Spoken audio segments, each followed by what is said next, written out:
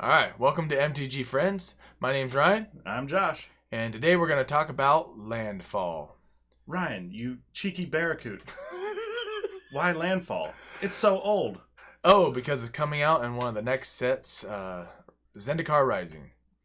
So, what is Landfall, you ask? Well, it's triggered ability when a land enters the battlefield, you do X, which X is whatever that particular card is saying to do. Now, this is interesting because that means anytime a land hits the battlefield. So Under your control. Under your control, yes. That is a very important differentiation. However, if you play a spell or your opponent plays a spells, any spell that requires that you put a land on your battlefield, it still triggers because that land is under your control. All right, some of the sets were what, Josh? Well, first time we saw Landfall was in Zendikar back in 2009. It was a lot of fun. It was brand new. There was a lot of different things like step links, honorable mention. And then what do we have after that? 2010 was Worldwake. Worldwake, yes. When I got my Jays. Yes. Good old days. The good Jays. The one everyone talks They're about. all arguably good, though, really. That's true. Yeah. Then we had Battle for Zendikar in 2015. 5 years later. They really hit the snooze button on that one. Now, would you say Zendikar is like one of your favorites, or what's your favorite set? Well, Worldwake, because I own a Jace. Yeah. What you just said. Yeah. Okay. Pretty much. But I like New Phyrexia, though. I do love my Infect, as we've already covered. Yes. Multiple times. In a different episode. All right, well, why don't we get started? We'll start with Bloodghast. What does this thing do? Bloodghast is a 2-black, 2/1 vampire spirit, and it's just annoying. It's sticky. Whenever a land enters the battlefield under your control, you can return it from the graveyard to the battlefield. Annoyingly cool, mister. Yes, so, I mean, the only way to get rid of it is to exile it, because throughout the game, you're just constantly playing land every couple of turns or every turn, depending on your makeup of your deck. Yep, and if you're playing a sacrifice deck or something, this Bloodghast is going to really cause your opponent problems. Yeah. And, well, if you've got a witch's oven. Oh, yes. Yeah, or any other number of things for, the sacrifice mechanic. It's fantastic. Absolutely. But next, we got Eternity Vessel. You like this one. This is my favorite Landfall card. It's a 6-colorless artifact. When it enters the battlefield, you get X amount of charge counters, which is equal to your life total. Which is incredibly good if you're playing Commander, but still efficient if you're playing any other. Just totally lost my complete train of thought.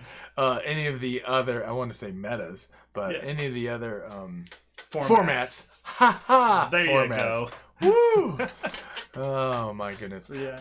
And then each time the landfall mechanic happens, you can choose to have your life total equal the amount of charge counters on there, which is a very good differentiator. That's twice I've said this in this episode, because you get to choose whether or not it becomes your life total, which is the important. word "may" is very important. Very and important. A lot of rules.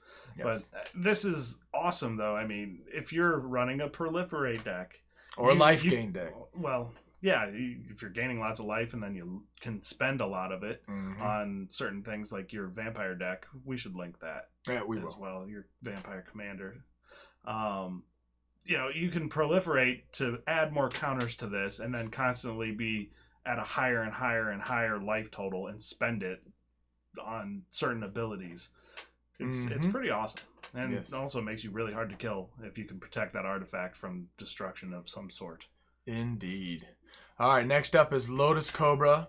This is a 1-colorless green. It's a 2/1 snake. And what does this thing do? Well, landfall, add a mana of any color to your mana pool.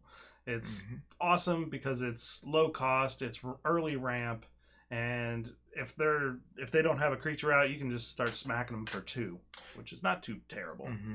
And Landfall definitely favors green, but it's not the only color that it works really well with, including this next one, which is Nixalis the Fallen.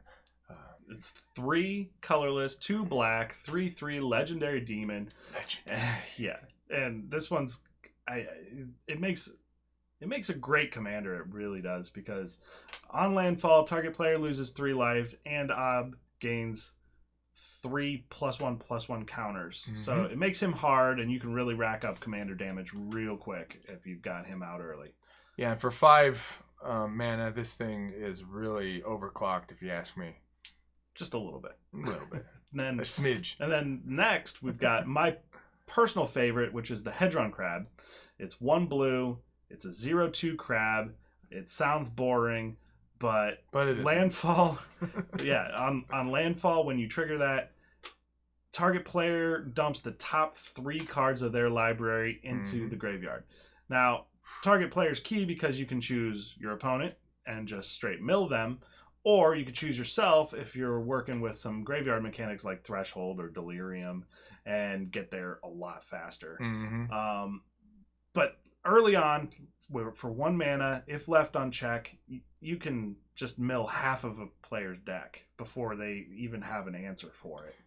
And you have a 0/2 blocker if you need it. It's sneaky. Mm-hmm. It's very sneaky. Yep. And using spot removal on a 1-cost creature is just not ideal, but you may force them to burn one of their cards just getting rid of this 0/2 crab. Yep.